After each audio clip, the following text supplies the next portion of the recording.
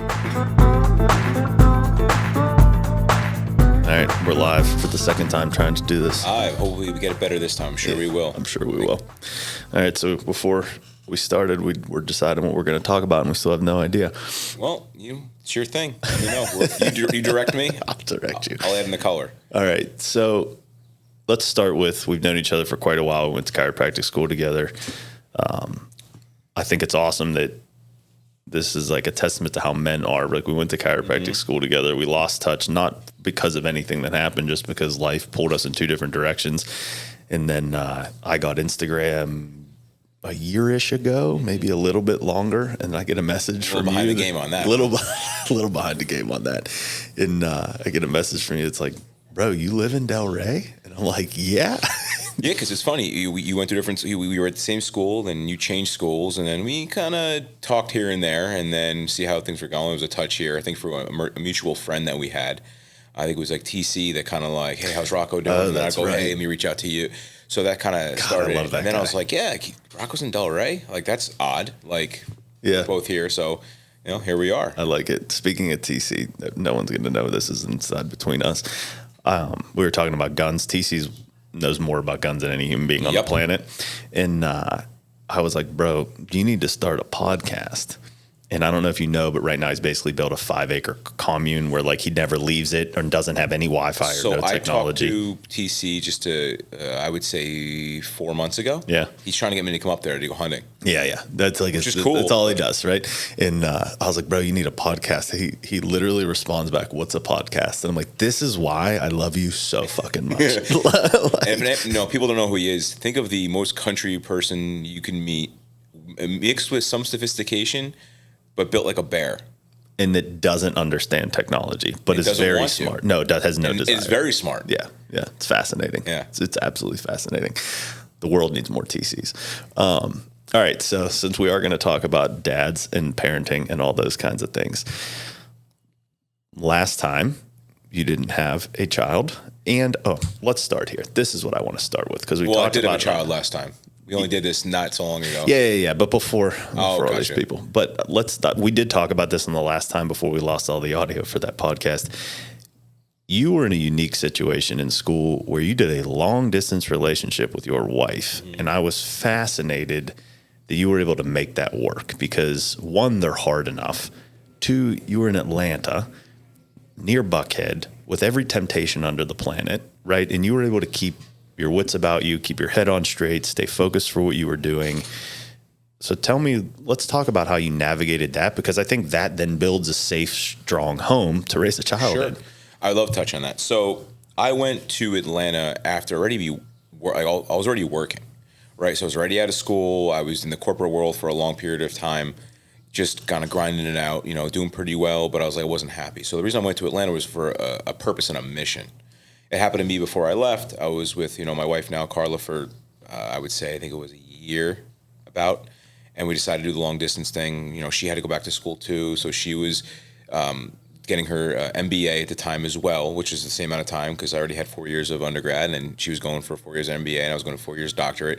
So it kind of all made sense, where my head was just straight, I'm going to go to school, go to class, partied a little bit, but not really. But it was more so when I first got down there. Right. And as the workload dumped on me, it's like, I don't even want to party. Like, I just want to sit and watch a few shows, hang out, and that was really it. And you meet those people, right? And you stick with that group that kind of have similarities in that aspect. Meaning, like, I found Shay, and Shay had a long distance girlfriend he was living with, and now he's his wife. So I found that group of people that had similar interests and similar things where they didn't want to go drinking. They didn't want to go out and party. When we did, it was like a rarity, or we were going for like a happy hour for dinner or something like that, right? Yeah. So I was never really pulled in a direction where the temptation didn't matter, right? So I never put myself in a position where that was an issue. Staying out of the environment. Exactly. Yeah. And I think also that helped grow the relationship. And, also part of that, my Carla, my wife, girlfriend at the time or whatever, she was going not only an MBA, but part of the MBA program. They went overseas. They went to England. Jesus, I didn't know this part. So they went over there too. So at that point, though, it didn't matter because we were already apart. So what's the difference if she was, Sure. 14 hours away or 2 hours away? It didn't make a difference. Yeah. Right. So the whole thing helped grow the relationship to where, and I've known her, I think it was like 13 or 14 years total. Wow. Right. So it just made sense. And yeah, it definitely strengthens the home because now we know, even though we weren't living together yet, right? We only been living together for about 7 years, but it helped us understand how we are and, how we both tick, because we can only do it through phone, and luckily we have FaceTime, right?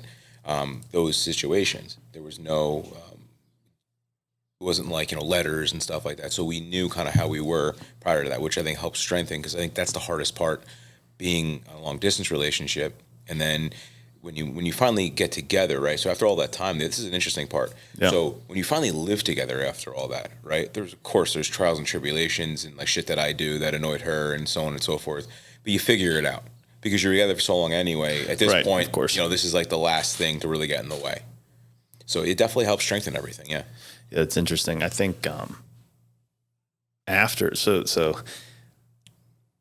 did she graduate the same time you did? Like, how did you end up then in Florida? Like, how did you guys make that mutual decision? Because like when my ex-wife, like we left, it was, we had Sloan, she graduated, had Sloan, I graduated. Mm-hmm. There were no other options. It was, Tennessee or Pennsylvania. And she was straight up like, I'm not living somewhere where the sun doesn't shine for 7 months. And I'm like, yeah, I don't think I actually want to do that either. Right. Yeah. So then it was Tennessee. Like there wasn't options, so and she's got to be pretty ride or die if she's willing to be like, hey, we've been together for a year. Now let's do a 4 fucking year long distance relationship while we're in 2 of the most intense programs you can take. Well, exactly. So, I mean, so it wasn't just like, hey, we're going to be at a distance. But I think the programs actually helped because it gave us both structure, right? Like, so I had a heavy workload, she had a heavy workload, plus she was traveling for what she was doing, plus she was working full time during the day. Yeah. Right. So I think what also helped, I'm a big person that don't bust my balls, like in a relationship, like, and I don't have to care about guys busting, but like, don't bust my balls, don't give me bullshit. And then we're good. Yeah. And that was the biggest thing that she understood. Like, she's been straight up with me and I was straight up with her. And there was no like, oh, well, you didn't call me at this time. Like, what are you doing? Like, none of that bullshit. Because that would have been right out. Yep. But there was a mutual understanding that like, I'm busy, I'm doing this. Yeah, of course I fucked up a little bit. Like, when you're there, there is things that pull you away a little bit. But end of the day, like, I wasn't going out partying. So to answer your question, going to go back to chiropractic school, I kind of had a plan in place and she knew the plan.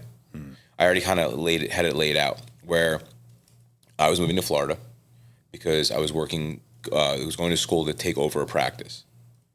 And I did have offers to stay in New Jersey. They weren't lucrative enough, or the terms were ridiculous. Yeah. So I definitely entertained that, but I was like, I don't want to be in New Jersey anymore. And I'm so happy I left New Jersey. I mean, listen, and I even went back and it still never feels like home anymore. But anyway, stay there. That's a good spot for you with the mic. Don't pull too far away. Perfect right here? Yeah. Not here, but here. As long as you're close enough. No, so where was I going with this? So I came down to Florida with an intention of taking over a practice. Yeah. A reason being, it was already there for, at that point, 20 years. Okay.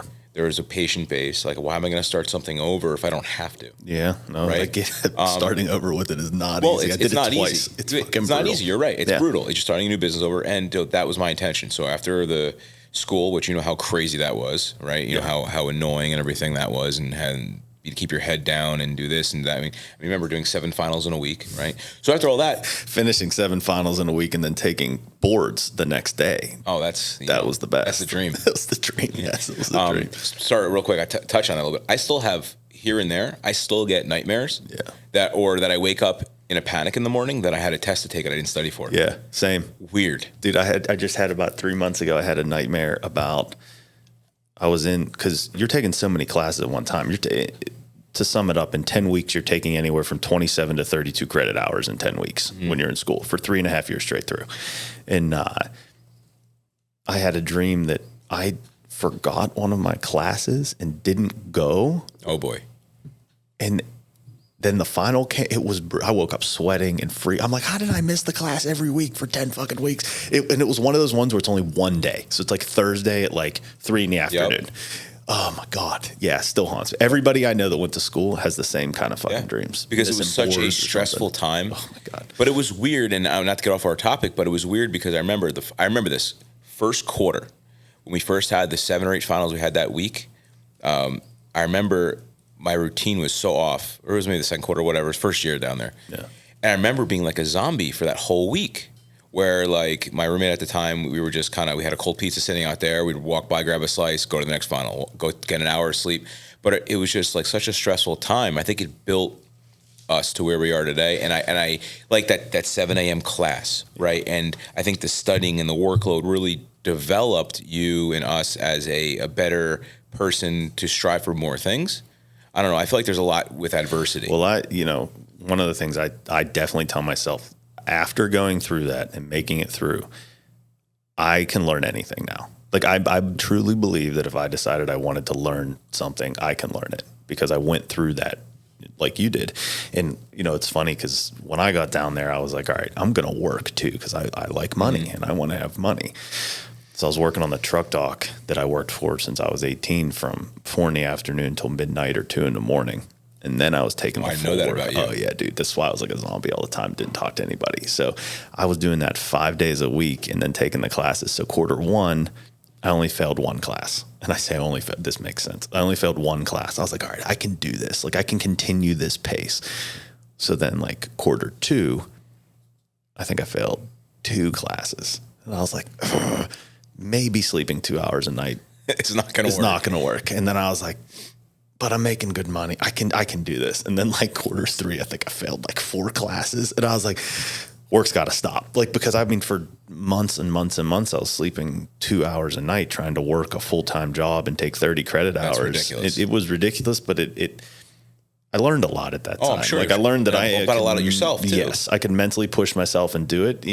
I wasn't succeeding in all the areas, and I was like, "Well, why are you fucking here?" Kind of like you talked about, like with your wife. Like, I'm not here to go to Buckhead. Like, I didn't go to Buckhead because I was trying to do other, things, and so then got it straightened out, stopped working or whatever, and then we decided to go to Sherman, which I was very grateful for because I absolutely love that school.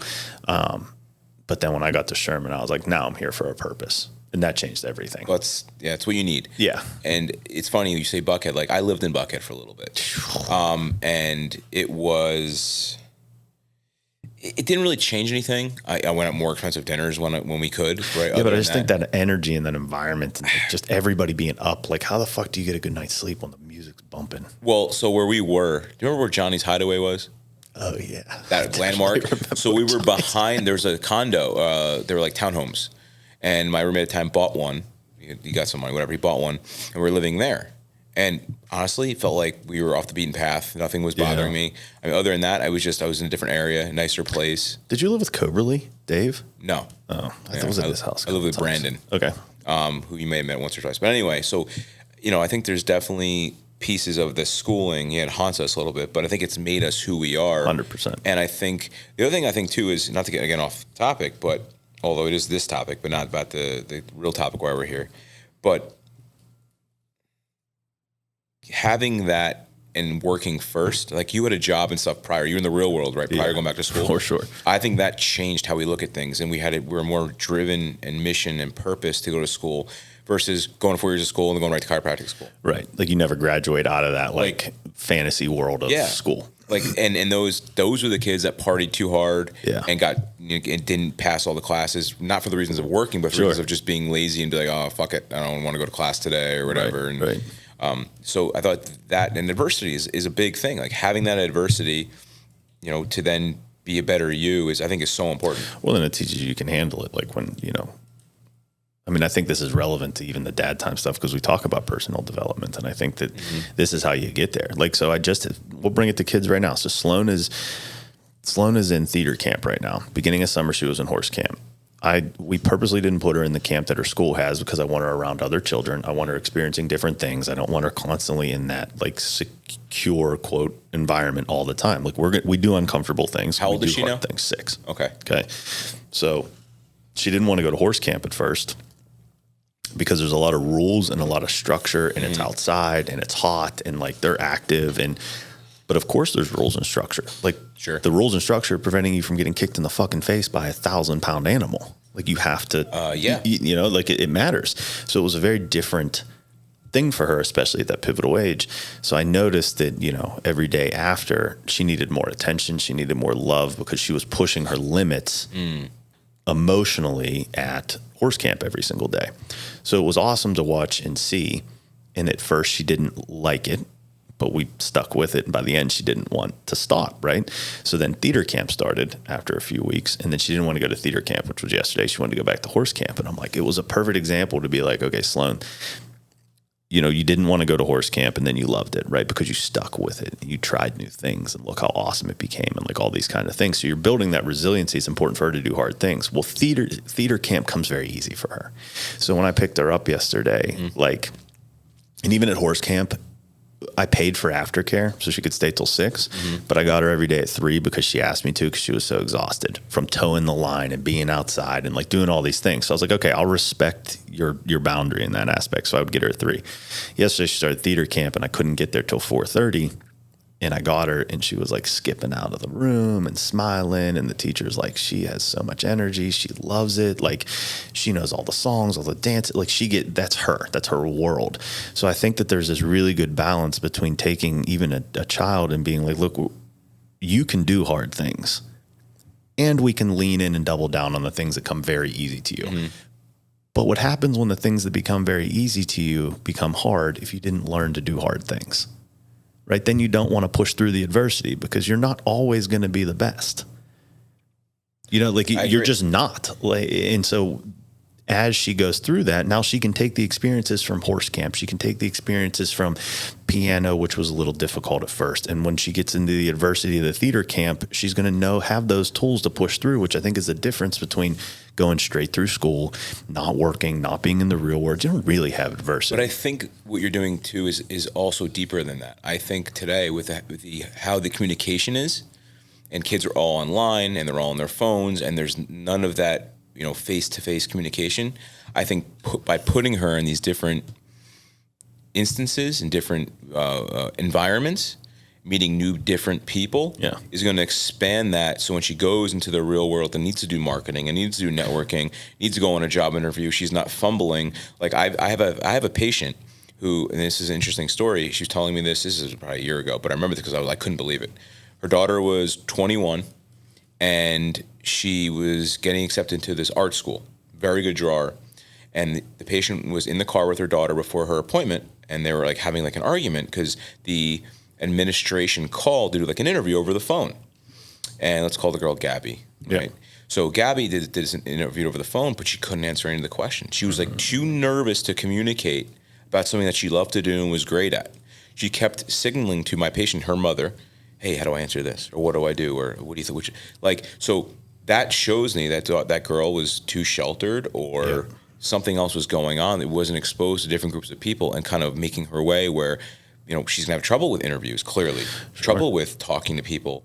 You know, even it's maybe at the grocery store asking for help for something. Yeah, too much done for her at a younger age. I mean, even now, like that's one of the things I've always done with Sloan is basically as soon as she got to the point where she could talk and knows what she wants, you order your own food.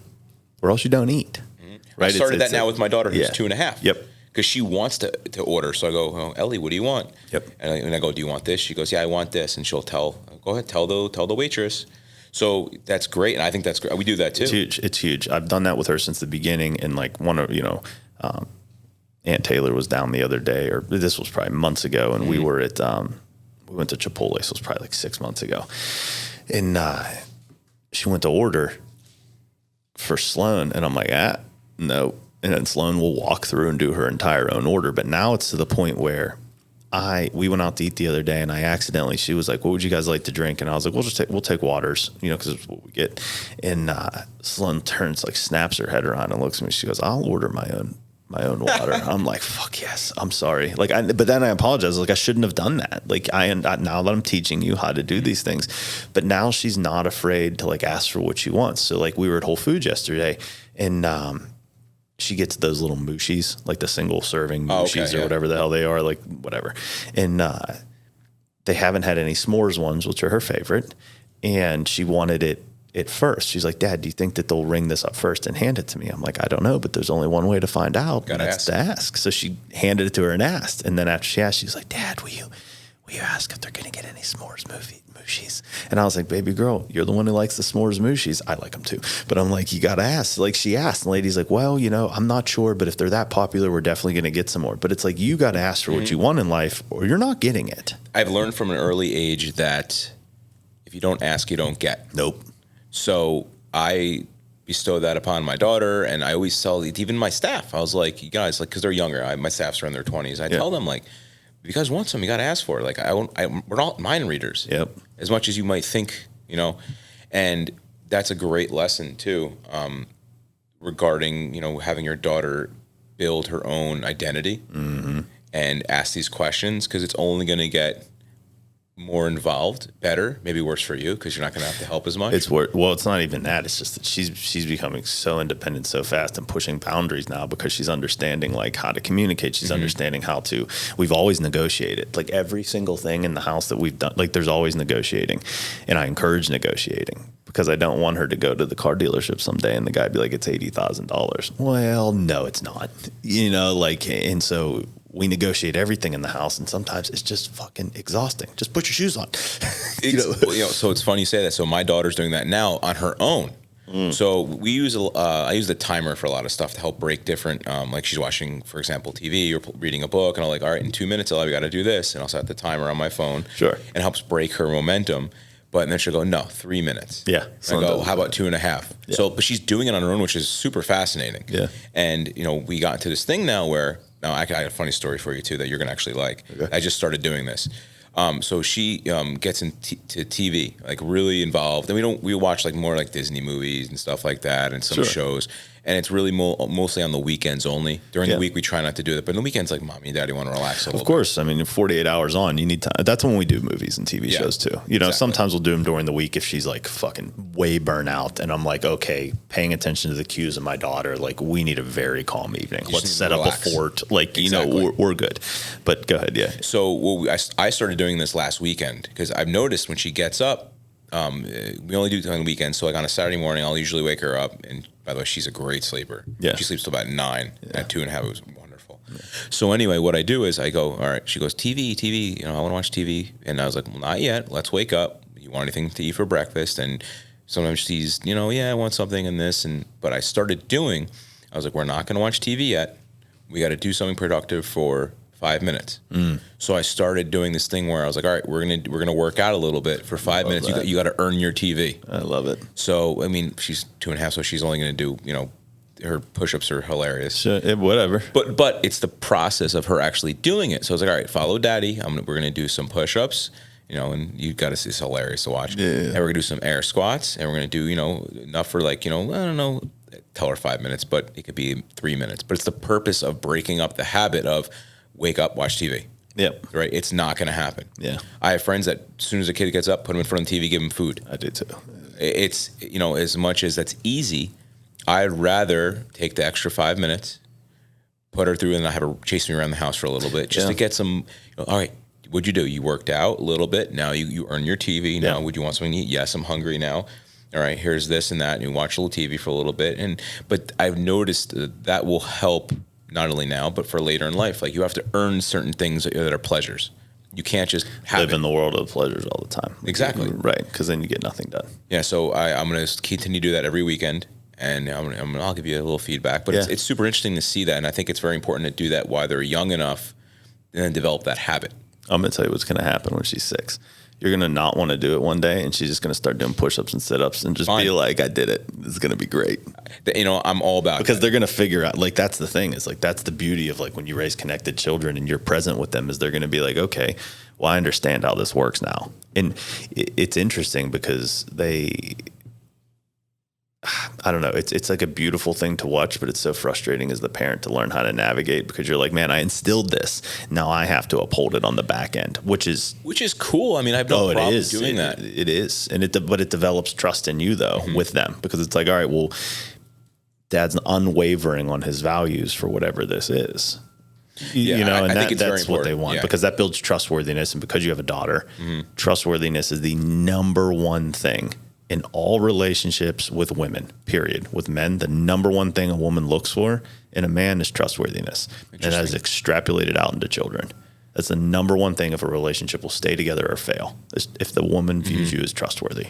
Well, I mean, the daughter and father relationship or daddy relationship is the first, male in her life, right? So you got to develop that trust now and do things to solidify that relationship so they understand.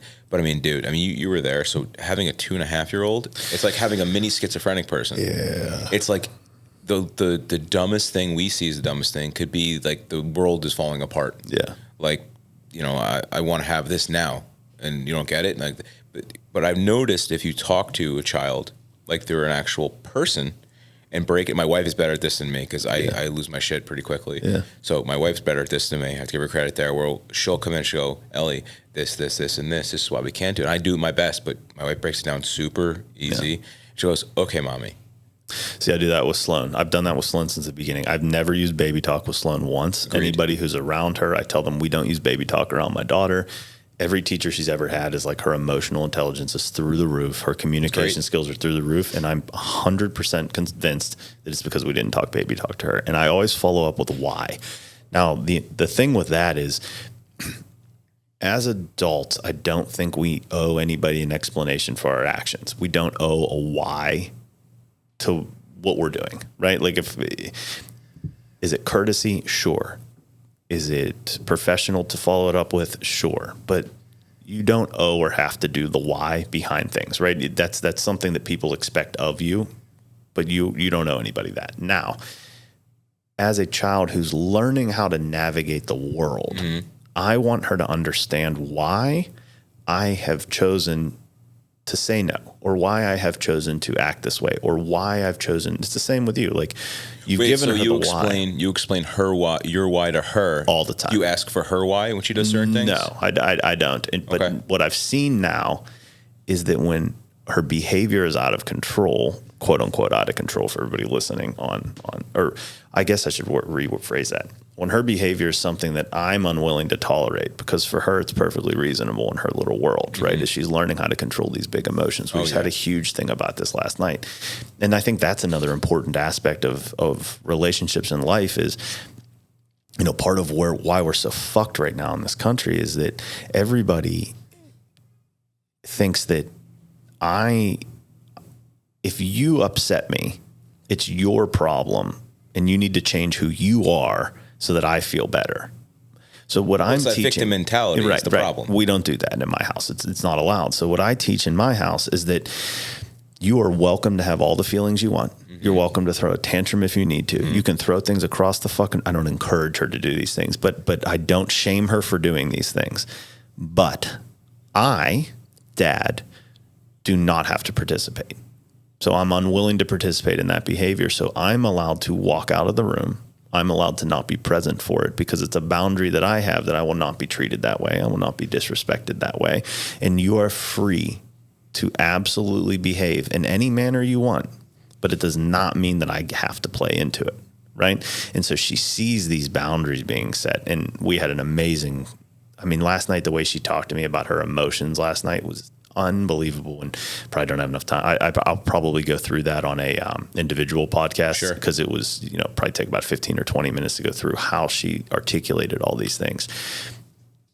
But she explained her why to me because she wanted me to understand what was happening.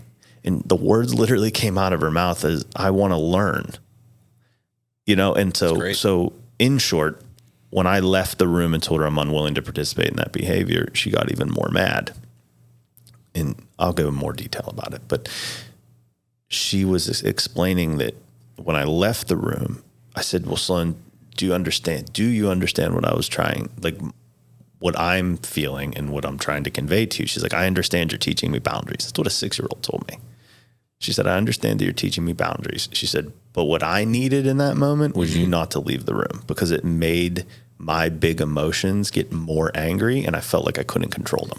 And I was like, whoa, now I can see it from her perspective. But if the whole time growing up, I didn't explain to her why we don't do X, why we don't do Z, why, in the logical stance behind it, I don't think she would have been able to look at me and tell me her needs. It's 6.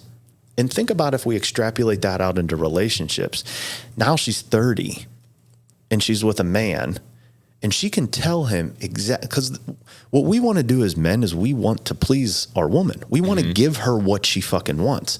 9 out of 10 women simply just don't tell you what they need or what they want. Give me the playbook and let me execute it. And I'll do it better than fucking anybody. If I love you, I'll do it better than anybody. Right? She is developing the communication skills to be able to tell her future boyfriend, husband, fiance, whatever, these are my needs and this is how I would like them met. And I think it's amazing. It's 6 to be able to communicate. I don't know if I can communicate as well as her, like my feelings and my emotions. Well, that's great. You started that early, so now she has those skills that she's going to keep developing. Right. And then as she deals and meets with more people, I think it's going to help take her to the next level when it comes to anything emotional and getting her feelings out there. I think it's super important. Yeah. So basically, I think what you and your wife are doing is awesome. And I would encourage you as the dad to it's cool because, right, they're just little, I say this probably on every single, if there's one thing I say on every single podcast, it's that children are the best personal development book ever written. And she's going to point out all the areas that you need to improve on. Patience, calmness. You should shorten that down and make a shirt. I should shorten it down and make a shirt. Someone shorten that down and tell me what I should do to make it into a shirt. And, but it's true because she just showed you an aspect that you get to improve about yourself. And human nature is not to necessarily improve until we have to. Human nature is not like you look at yourself in the mirror and be like, man, I want to be better for myself, so let me go to the gym.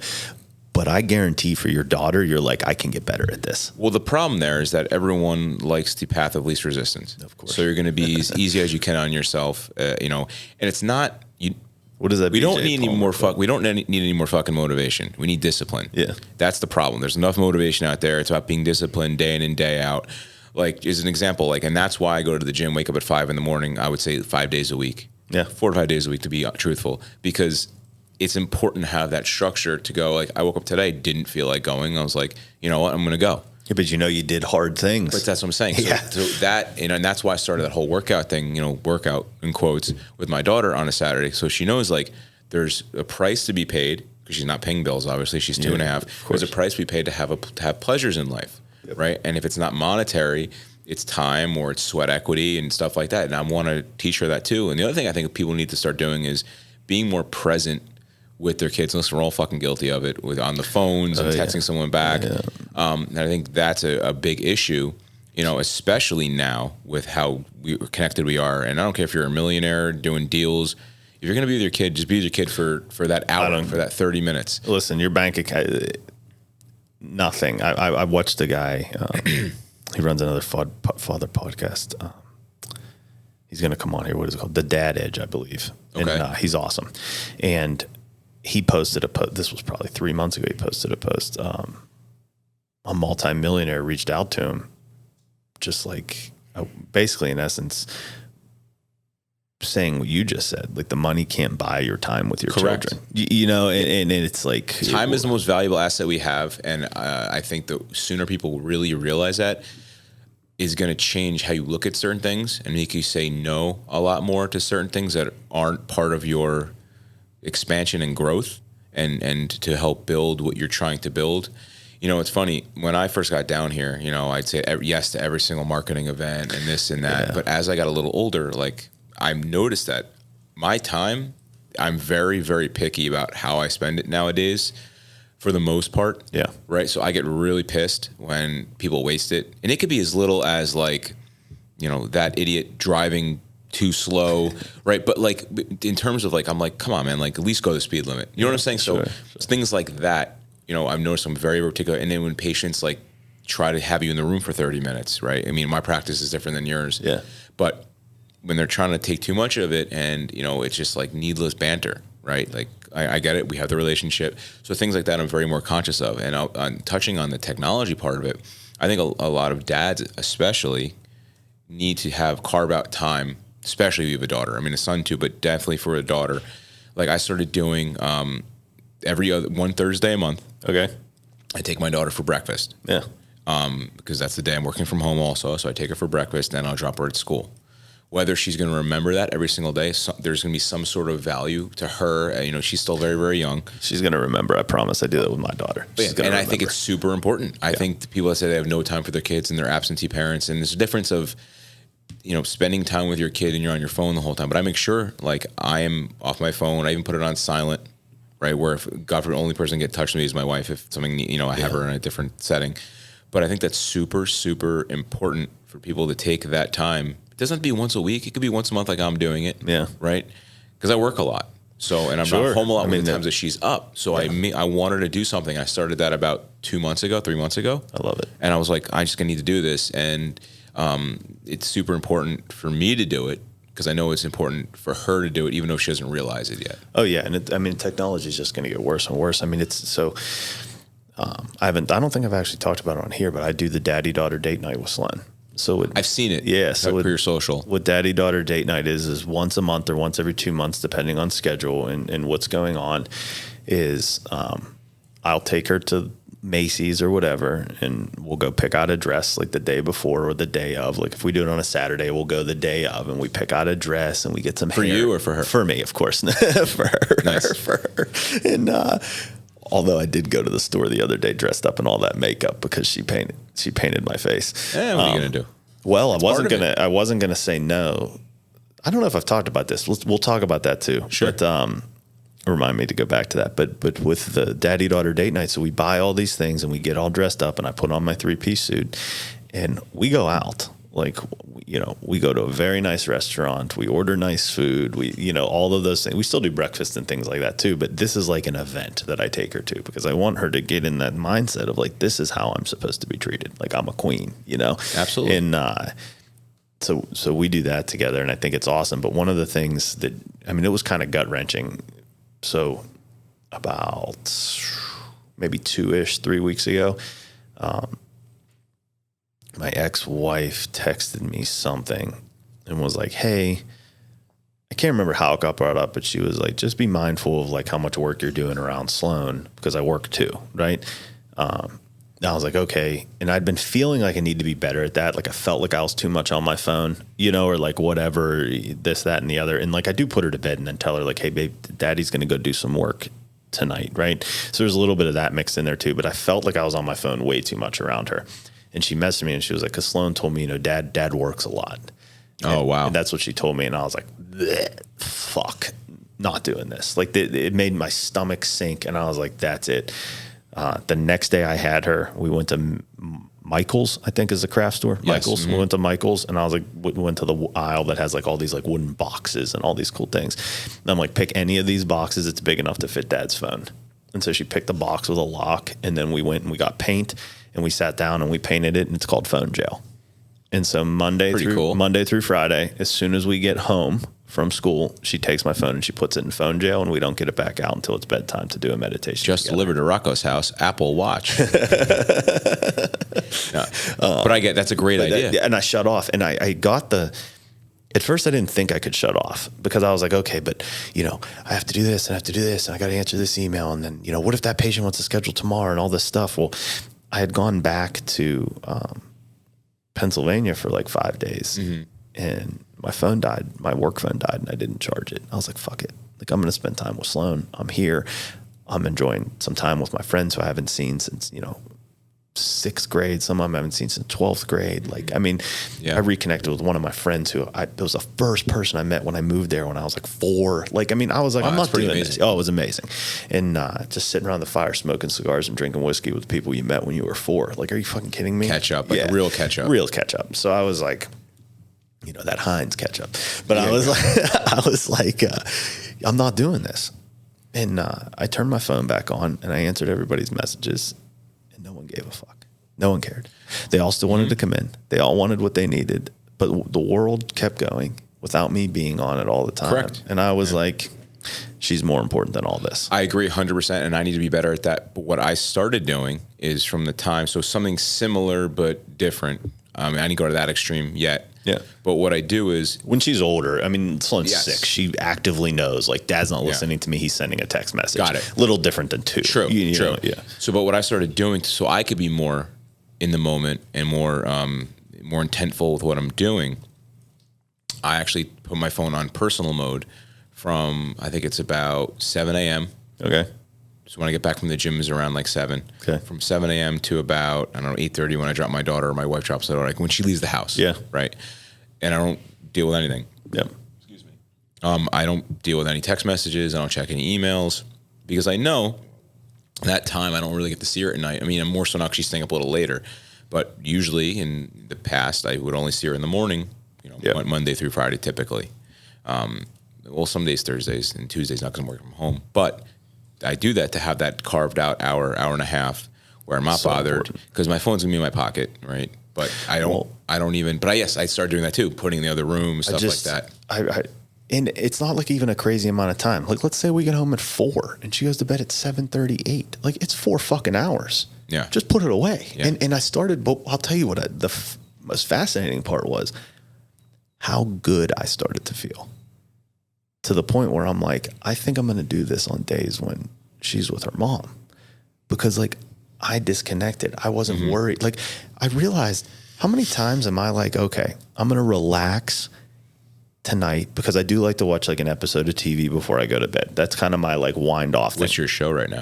Right now, I just finished The Witcher. I heard you kind of look like that guy. Okay, yeah. I will take that compliment for sure. Okay. But I mean, through chiropractic school, I definitely developed a habit of at the end of the day watching like The Office or Parks and Recreation, because I was so burnt out. I just wanted to smile, and shut your brain off. Shut my brain off, and those shows made me laugh, right? And I love them. Or It's Always Sunny in Philadelphia, right? Like these shows. But then I realized, like, I'm turning that show on, and then I'm pulling my fucking phone up and either working or doing something dumb on my phone, like scrolling Instagram. I'm like, I'm not present with fucking anything. But I started realizing this after I put it away for her and being like, wow, I feel better without this fucking thing. Oh, yeah. I believe that. Especially getting in nature. So it's funny. My brother says something funny. He's like, well, when they come down, we watch like a movie typically.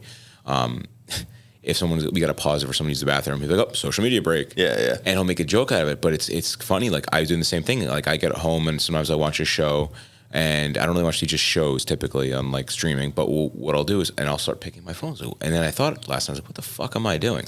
I want to watch this show. It's this, and I'm taking my phone out. Why am I doing? It's almost like a reaction or a habit. And I'm sure you've done this where you're on Instagram, or maybe you have to, someone messaged you about something, right? Maybe I messaged you about something, and then after the message, you start going, just start scrolling. Yeah. 5 minutes later, you're like, what the fuck? Yeah. Like, what am I doing? Yep. And you kind of catch yourself in this rhythm. But that's exactly what those companies want. Of course. Again, it's a business. I mean, it's the whole point of all the stuff. I don't fault them for it at all. It's just, again, discipline, like you talked about before. You have to have it. But I didn't realize how it just came back to, like, I think it's easier to have discipline once you've realized how fucking good it feels to have like that freedom that the discipline brings. Oh yeah. And whether it's with the gym or whether it's with putting your phone in a phone jail, it's like, now I want to put my phone in the phone jail, because it's like, I feel so fucking good. Why wouldn't I want more of that good feeling? You get that it's not even a quick dopamine hit, but it's like, all right, it's like a stress is lifted off, because you're not waiting for that email to come in, or like, what fire can I put out now? Right. And I just did one of my very good friends from high school. I just did an interview with them, or a podcast with them, and her husband's a musician, and he's very good, very talented, and is doing really well for himself. But he just had a child, and so he's doing it different than all of his other friends who are touring all the time, right? Because he wants to be present with his wife and present with his child, and he doesn't want to tour until him and his entire band, in essence, can make sure that they're doing it the right way. Families with them, going places, doing all these things, not tour for touring's sake or touring for money's sake. And I was asking him like questions like, well, how do you navigate that as like a man that wants to build and create? And he was like, this is my forever thing. I'm going to do this until the day I die. There's no finish line. It's an infinite game. So I don't have to rush it. I don't have to rush the outcome, because this is what I'm doing. And I was like, whoa, like, that's parenting. It's an infinite game. Oh yeah. You don't have to rush it. Like, slow the fuck down and just relax. It just made so much sense to me, to where it was like, you don't have to rush to the next thing. And I think that's with building this other business that I'm building right now. I was so eager to just go as fast as I could. and knock the things off the to-do list. But then when I knocked the thing off the to-do list, it like unlocked the next 20. And I'm like, for fuck's sake, I don't want to keep knocking things off the to-do list if that's what's going to happen. There's always, while you build this business, it's that time and this podcast and this movement, there's always going to be fires to put out. There's always going to be, especially as you start dealing with other people, like with the doctors that I deal with, with my other business, is there's always something that needs to be done, and you need to have systems in place to manage all of this. Yeah. Whether it's automations or whether, again, we could talk off air about this too, because I have some ideas for you. Yep. But you have to have systems in place to manage your time better. Like I look at my list, I have a whole note that's got like punch list. Yeah. Right. And it's got to be 20 things on. Every time I knock something off, I'll get a message from, can you fix this on our website? So just to give you an idea, what I did was, every doctor with us gets a website, but the point of me telling you this is what I did was I spoke to my web guy. I was like, hey, I can't be fielding all these calls from these doctors. It's just taking up too much fucking time. I don't have time because they message me, then I message you, right? I need to streamline this shit. And he's got a team of like 20 people to help build the sites. So what I did was I was like, listen, I need something to do. Can we do like a ticket or like a service ticket or whatever we call it on the back? Because every doctor gets a portal with all their information and stuff. It's password protected on their portal. Can you do something that says ticket? And they click on it, they fill in exactly what their information is, or they already have populates information. I need to change this picture. I want to add this review. It gets sent to you and your team, and you just do it. I don't want to see it. I don't need to look at it. Right. I don't want to smell it. Just do it. So we started doing that, and I've gotten a lot less text, a lot less emails about bullshit that I can't do anyway, that I have to just push to him. You can't do it anyways. And that's just time suckers. I've been asking myself a lot lately, it's the who over what? Who can do this for me over what do I need to do? Money buys freedom and time. It does. I love it. You could always make more money. For sure. And I know it sucks to say that when you don't have any or when you're struggling, but you could always make more. There's always something you can do to make money. And most of the time, what I found out is, because I didn't do all of this at first because I was like, I don't have the time or the money to do these things. And it wasn't until I hired my absolute rock star of an assistant, Angelica, that everything started to take off. And it's almost like you get to this pivotal point where you're like, well, I can't afford an assistant, but I have all these goals I want to do. And I'm just picking an assistant because that was the thing that helped catapult me, right? It could be whatever. It could be an email marketing system that simplifies it. But I think you're right with having that extra person, because you can only, as a single person, you can only do so much. And I'm finding that now with my partner and I, we're trying to do everything in this business. And we're like, we have 45 offices. Yeah. We can't manage everybody. We need someone to do plus we're practicing, right? Yeah. So we need to have someone that do the day-to-day, whether it's responding to the email.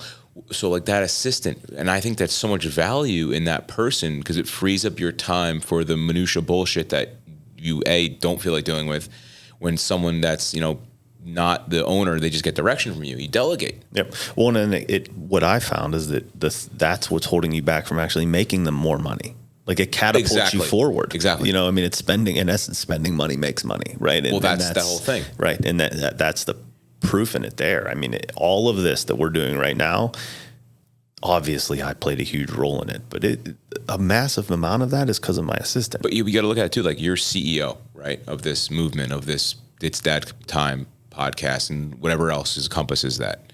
Even your practice. You got to have someone to delegate to, like what you did, which is very awesome. To go now, actually, because we're looking for somebody, it's tough to find. So you found a great person, which is awesome. But you go, now, I need you to do this, this, this, and this. Great. Just send me an email at night, whatever your process is. When it's done, perfect. So that helps free up your time to focus on CEO shit. Yeah. Right? Like, all right, so what's the bigger picture? Who can I connect with to grow my podcast? Who can I have on next? That's what you should be focusing on, which I'm sure you understand. Now I understand all that, and I realize, and because of that, now the amount of connections I've made is extraordinary. I mean, I could probably record 3 podcasts a day for the next 2 weeks, and it's amazing. Awesome. And I'm the only one that can do that. I'm the only one that can do the podcasts, so I need to be focused on that. But since we are going to wrap up here, now that we're talking about more of the business aspect, sure, why don't we close it out with you telling everybody what you do, how you do it, and all that kind of stuff. So other than having our practice, which is in South Florida as well, so we focus on in my practice not only just chiropractic, but we do a lot with laser therapy, we do a lot with laser disc decompression, which is something that we coined, and we do a lot of stuff to help people ditch the drugs and skip the scalpel. Right. So we do our bigger mission. What we do is that exactly. We want to have people stop from getting needless surgeries, taking needless drugs, and everything we can, because you want to go least invasive first, let the body heal itself. And then if you need to get to that point, then you do the drugs and the surgery routine, right? Which should be a lot less, and our system is backwards. Of course. So we've parlayed that, and to now we developed a company called the Laser Masters. And what we do with with the Laser Masters, we have a brand called the Relief Now Laser Methods. So what we do is we have affiliate Relief Now Laser offices all around the country where we show doctors how to build, grow, and scale a laser pain center to help save more people from drugs and surgery. And the results these doctors are getting are phenomenal. I mean, from everything from neuropathy treatments to disc injuries, herniations and bulges, sciatica. I mean, they're even help people with burns. Wow. Like, it's really amazing to see this transform. And it's all about having a bigger mission and purpose, again, to ditch the drugs and skip the scalpel. So, that's the thing. Like, it's just a lot to manage. And that's what we do. And we specifically use class 4 laser therapy. And people who are listening, just kind of give a little bit about that, not to take away from what the main purpose is. I mean, listen, someone listening might have some shit going on that they want to also tell them how they can find one of your clinics if they have something going on. So if you want to go to reliefnowlaser.com, that's our national branded website. That's where you find a directory of all the doctors on board. And then you could go do your own research from there. But laser therapy is, you got to look at it as... definitely explain it a little bit, because I think a little bit of science behind what you're doing is a good idea. So here's the 10,000 foot view. Yeah. You got to look at laser therapy as almost photosynthesis for the cells, right? So what we do is use class 4 laser therapy, and on the outside of every one of our cells, something called a chromophore. Chromophore is like a solar panel or a light receptor. This light receptor actually has a direct line to the mitochondria. And if people remember from high school, mitochondria is one of the most important parts of the cell. Yep. So this stimulates the mitochondria to produce more ATP or energy, dumping out from that cell to give the cell more energy. When this happens, the cell is going to help rejuvenate tissue, but your body's going to respond by decreasing pain, swelling, inflammation. It vasodilates the vessels in the area of injury, so it'll actually help bring more blood flow. It'll bring more oxygen and water to the area of injury. Which is what heals. Exactly. Yeah. Which heals the area, right? And then, so this is very unique to what we do, but we have to show the doctors how to do it. It's all about our branding and our bigger picture. And doctors are getting great results. Yeah. So, I love it. And how you find us too, you could just message me if you have any questions regarding this. But again, it's reliefnowlaser.com. And also you can find me at docrube24 at Instagram. So yeah, I mean, I would love to answer any questions about this or even stuff we talked about today. I think there's a lot that we didn't cover that we could definitely do. Yeah, we'll do it. We can make this like a 3-hour thing if we wanted to. I mean, in your locals, we can do as many of these as we want. Let's do it. Beautiful, man. Thank you so much. I appreciate it, Rocco. Thank you. Awesome.